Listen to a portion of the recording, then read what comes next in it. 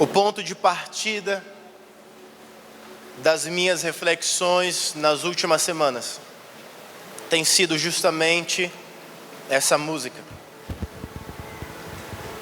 Essa canção colocou em meu coração perguntas.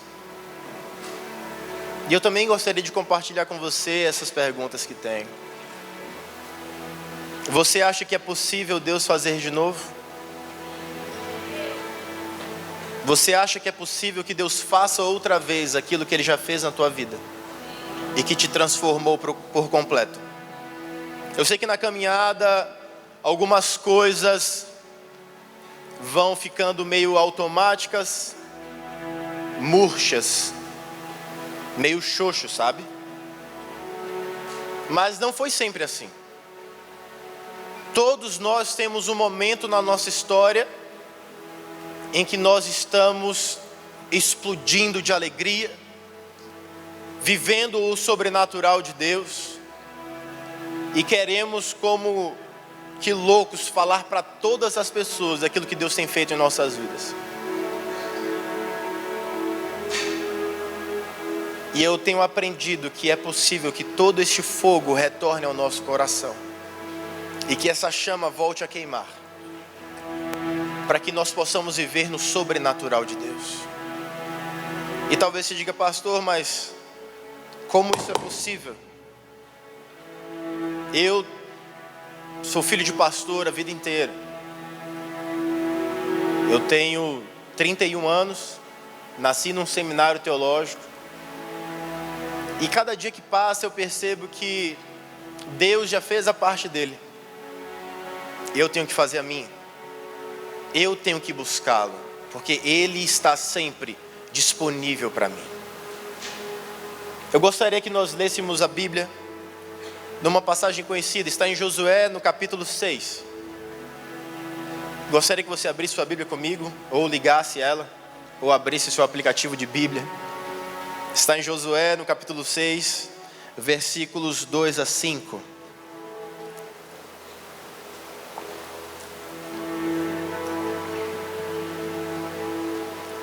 A minha versão diz assim: então disse o Senhor a Josué: olha, entreguei na tua mão Jericó, o seu rei e os seus valentes.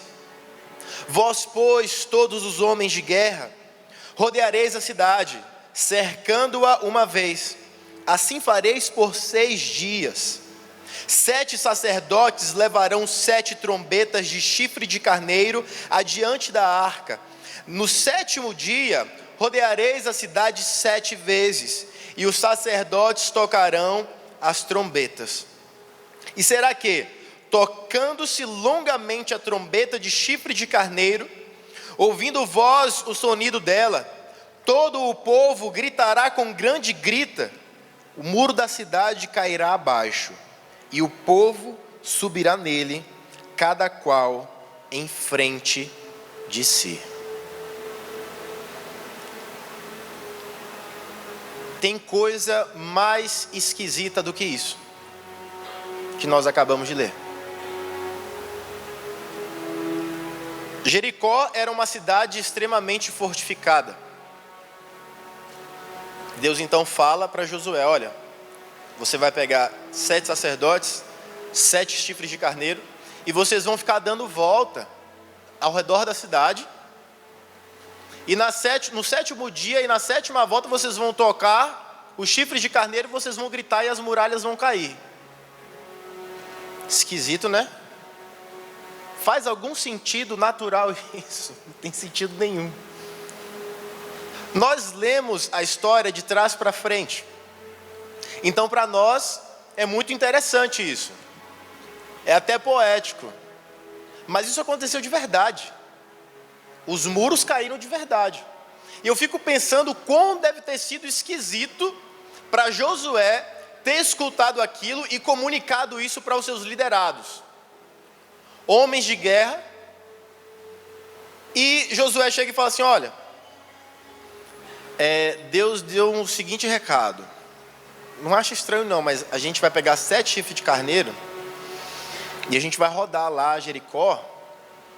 a gente vai tocar e vai cair os muros. Se Tomé tivesse nesse dia, ele já ia dizer, não vai dar certo, tá? Não vai funcionar esse negócio, nunca vi muro cair, de derrubando com a mão, imagina com um grito. Deus está ficando doido. Fala para a pessoa que está do seu lado assim, só é estranho até funcionar. Muita coisa em nossa vida é estranha, mas quando funciona, é uma beleza. Você já percebeu isso? Na caminhada cristã, muitas coisas estranhas, esquisitas acontecem conosco, mas só deixa de ser esquisito quando se torna sobrenatural. E foi exatamente isso que aconteceu com esse povo. Deus, Ele é o Deus que derruba os muros, mas nós somos o exército que pega nas armas e derrota os inimigos. Deus sempre vai estar disposto a fazer o sobrenatural, se nós estivermos preparados para cumprirmos com o natural. Não espere que Deus vai fazer todas as etapas da sua vitória, se você não pegar nas armas que Ele tem lhe dado nas mãos. É impossível que tenhamos vitória sem nós participarmos conjuntamente com Deus daquilo que Ele já tem preparado para nós. Existe algo na sua vida que você gostaria que Deus fizesse novamente? Existe algo na sua vida que você gostaria que fosse reativado em sua vida? Nós estamos vivendo uma atmosfera profética. O apóstolo Edmilson, o apóstolo Guilhem, todas as palavras têm vindo nesse sentido profético. E uma coisa eu sei, a restituição de Deus não é pouca coisa. Deus nunca restitui o pouco que você perdeu. Deus sempre lhe dá muito além daquilo que você imaginava, porque Deus trabalha dessa forma. Deus é exagerado. Fala comigo, Deus é exagerado. Desde que eu tenho minha tenra idade, 10 anos de idade, eu assistia um canal chamado Discovery Channel. E eles sempre faziam um terrorismo mental, dizendo que a água do mundo ia acabar. Eu não sei se vocês já viram isso. E que o mundo estava sendo destruído e acabado, e que em tantos anos, em 2000 e alguma coisa, não ia ter mais água, não ia ter mais árvores, não ia ter mais nada no mundo. E aí eu venho para o livro e as revelações de milhares de anos atrás, e eu consigo entender que Deus, na sua sabedoria, jamais nos deixará num planeta nos faltando alguma coisa. Nada falta para aquele que serve ao Senhor.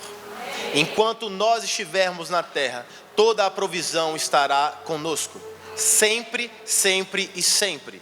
Eu não sei como será daqui a 100 anos, daqui a 1000 anos, se chegaremos a 1000 anos ou se Cristo voltará antes. Mas eu sei que até o último homem de pé nessa terra haverá provisão para esse último homem de pé, porque Deus faz as coisas assim. E eu fico imaginando, se Deus, Ele faz as coisas dessa forma, se Deus, Ele traz recursos até para os injustos, quem dirá nós que somos os seus vasos preciosos? Dentro da caminhada que tem, e você também, é possível que haja algum tipo de saudosismo na sua vida, de um momento na tua vida, em que Deus te usou muito, ou que Ele operou bastantes milagres ao redor da tua vida, e dentro do teu contexto de vida. E eu não sei o que você gostaria que acontecesse novamente. Eu não estou falando de tradicionalismo, eu estou falando de sobrenatural. O tradicionalismo, ele é formado por uma necessidade de usar sempre a mesma estratégia em diferentes ações. Mas Deus é diferente. Deus usa diferentes estratégias para mesmas ações e de pessoas diferentes. Porque Deus, ele é sobrenatural. Houve um homem no Egito chamado Moisés. Ele libertou, dizem os estudiosos, mais de 2 milhões de pessoas. E no momento decisivo em sua vida, em que ele chega diante do Mar Vermelho, ele pega o seu bordão e ele bate nas águas, as águas se abrem, o povo passa no meio a seco e o milagre é executado. Mas quantos de nós aqui conseguem hoje usar o bordão que Moisés usou no passado? Nenhum de nós. Nem sabemos onde está este instrumento que ele usou. Deus, ele já fez um caminho até os céus. E o seu nome é Jesus Cristo. Nós não precisamos mais desse bordão. Houve um homem chamado Elias, profeta, homem de Deus. Fez um milagre incrível. Ele tinha que atravessar o rio Jordão. E ele tira a sua capa, fere as águas, a Bíblia fala, e ele passa a seco. Ele e o seu discípulo Eliseu. Para voltar do lado em que Eliseu estava, ele faz a mesma coisa. Ele pega a capa, bate, abre o rio, ele passa no meio a seco. Mas onde está a capa de Elias? Nós não sabemos. Mas nós temos o manto do Senhor sobre nossas vidas, e isso já nos é o suficiente, amém? Onde está a funda que Davi usou para derrubar Golias diante de todo o povo? Nós não sabemos. E nós não precisamos da funda de Davi, porque matar pessoas hoje é crime. Não é assim que nós vencemos os nossos inimigos, porque nós não lutamos contra a carne ou sangue, mas contra as potestades que estão nos céus, Paulo fala. Então nós os enfrentamos através da oração, jejum e de joelho dobrado. Onde está a arca de Noé? Quantos aqui tem o arrasto para pilotar barco? Eu sei que, cadê? Ali, aquele meu amigo lá, ele tem o arrasto para pilotar. Mas se houvesse aqui e agora a arca de Noé, qual seria a utilidade dela? Nenhuma. Com toda a habilidade que o apóstolo Ivanildo tem de pilotar barco, não seria útil ele pilotar a arca de Noé, porque nós não estamos aqui para salvar as pessoas fisicamente. Nós estamos aqui não para tirar as pessoas da terra e colocar em um barco para lhe salvar de uma tempestade. Nós estamos aqui para tirar pessoas das trevas para a maravilhosa luz de Jesus Cristo, e fazemos isso através da palavra de Deus.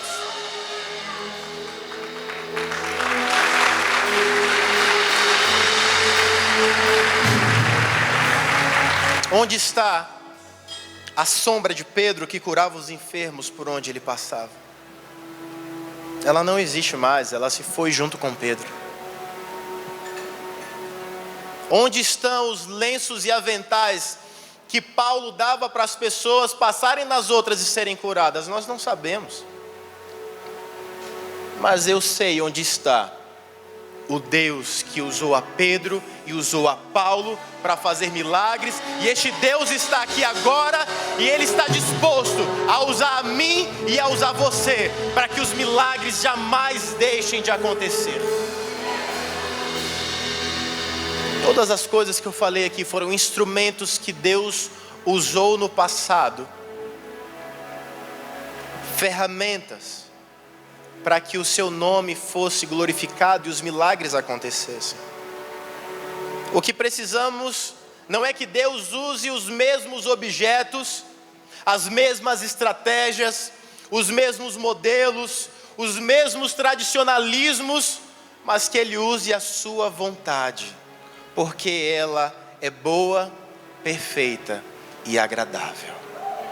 Essa é a vontade de Deus por nós, e nele nós conseguimos achar amor, graça, descanso, alegria, refúgio, poder, perdão, e que o seu nome seja glorificado. É isso que podemos achar nele. E pelos meus olhos da fé, eu consigo ver pessoas sendo curadas. Eu vejo Deus libertando pessoas dos vícios. Eu vejo Deus movendo montanhas de pecados, aplainando pessoas que tinham como vales dentro de si, escuros, sombrios, e tornando estes vales aplainados, transformando estes vales em gramados, em pastos verdejantes. Pessoas que antes só reclamavam, pessoas que antes só praguejavam, hoje se tornam pessoas que vão alimentar outras pessoas através da palavra de Deus. É isso que eu acredito. Eu gosto desse versículo que o apóstolo Paulo fala em 2 Coríntios, no capítulo 4, versículo 7, que diz o seguinte: temos, porém, este tesouro em vasos de barro, para que a excelência do poder de Deus, para que a excelência do poder seja de Deus e não de nós. Eu tenho aqui um pedaço de barro, uma argila. O barro, ele é estranho, não é? Eu não sei se você já teve a oportunidade de entrar em contato com o barro, mas ele é bem esquisitinho. O barro, ele é uma junção de pó com água. Ele não é nem muito mole e ele não é nem muito rígido. Ele não é a terra que nós podemos plantar e colher. Ele também não é água que podemos tomar e nos saciar. Ele é essa porcaria aqui. É esquisito, é feio, e ele sozinho não tem utilidade para nada. Mas o barro, quando ele tem um destino, ele pode se transformar naquilo que o apóstolo Paulo falou. Ele pode se transformar em vasos.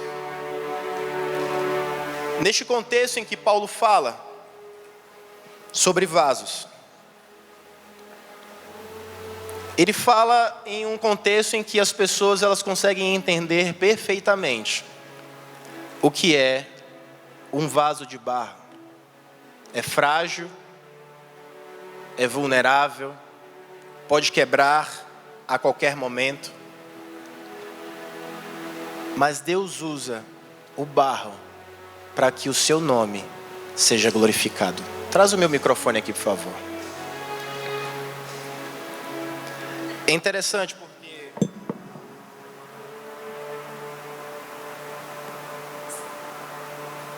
vocês estão me ouvindo? É interessante porque o barro,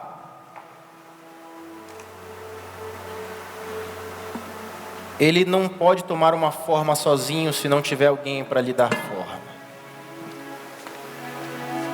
Se você olha o princípio do barro, ele é muito esquisito. Ele é disforme. Mas se a mão do oleiro passa nele, ele começa a ter um efeito.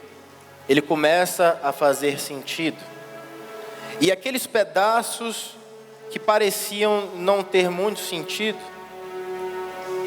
eles começam a ter sentido se eles começam a ser juntados. Se nós tivéssemos mais tempo, esse pedaço de barro em que eu estou mexendo, ele poderia se tornar isso.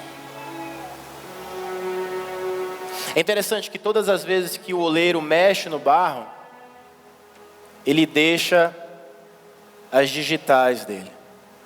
Todas as vezes que um oleiro mexe no barro, ele deixa a sua identificação, porque é através das digitais que nós somos reconhecidos, certo?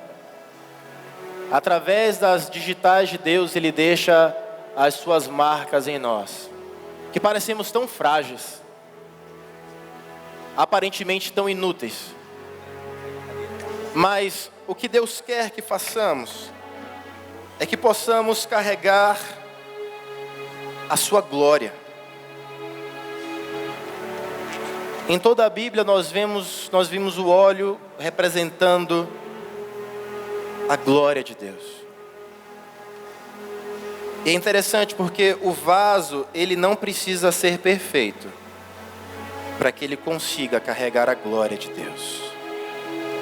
Veja, esse vaso ainda não está pronto, mas ele está apto a carregar a glória de Deus. E aquele que carrega a glória de Deus, mesmo que feio, consegue derramar em outro vaso a glória de Deus. E é assim que o reino de Deus é. Ele pega aquilo que não é e transforma como se fosse. Ele pega aquilo que é informe e transforma em algo que tem valor. Esse é o reino de Deus. É assim que o reino de Deus funciona.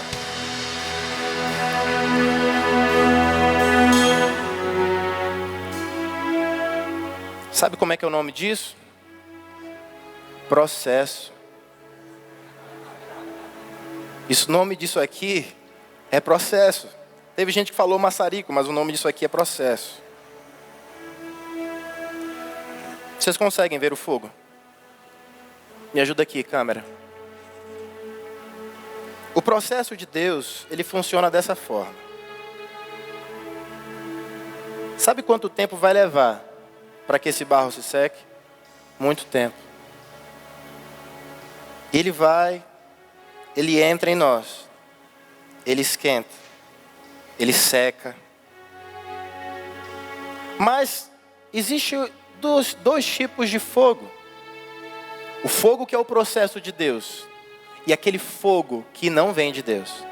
E olha o que é que acontece quando o fogo que não é de Deus vem sobre nós. Ele começa a rachar.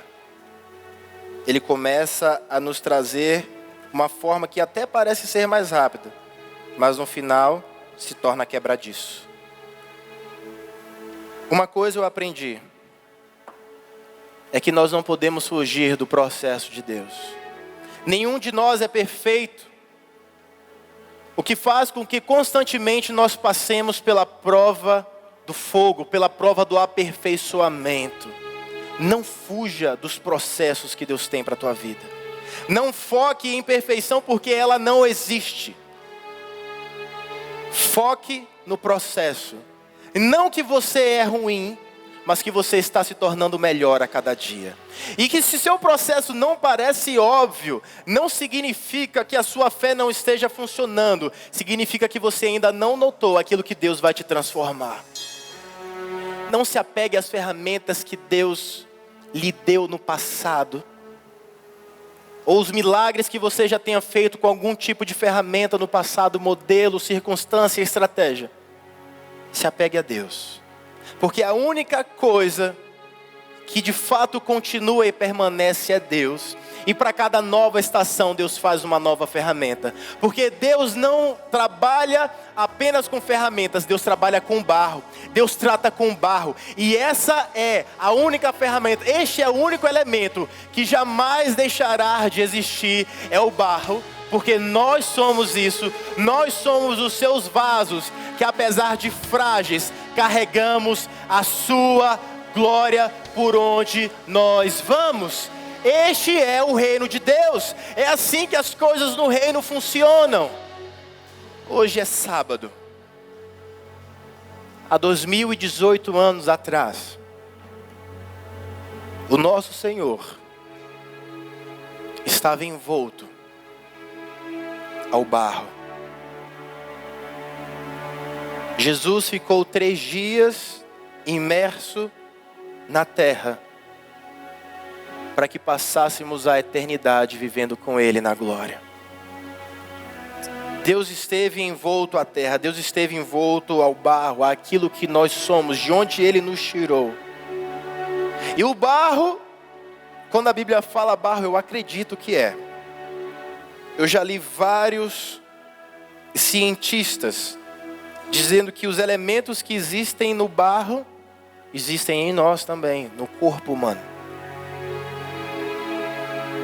E se Deus consegue colocar a sua glória em vasos imperfeitos, para que possamos levar a sua glória por onde quer que Ele nos envie, eu tenho certeza que o Jesus que ressuscitou, o Jesus que no domingo, amanhã Ele estaria ressuscitando e surpreendendo o mundo em dizendo: olha, apesar de vocês serem barro, apesar de vocês serem limitados, nada substitui o barro, porque eu vos escolhi para fazer que a minha glória, para colocar em vocês a minha glória e fazer com que o meu nome seja exaltado naquilo que não tinha valor.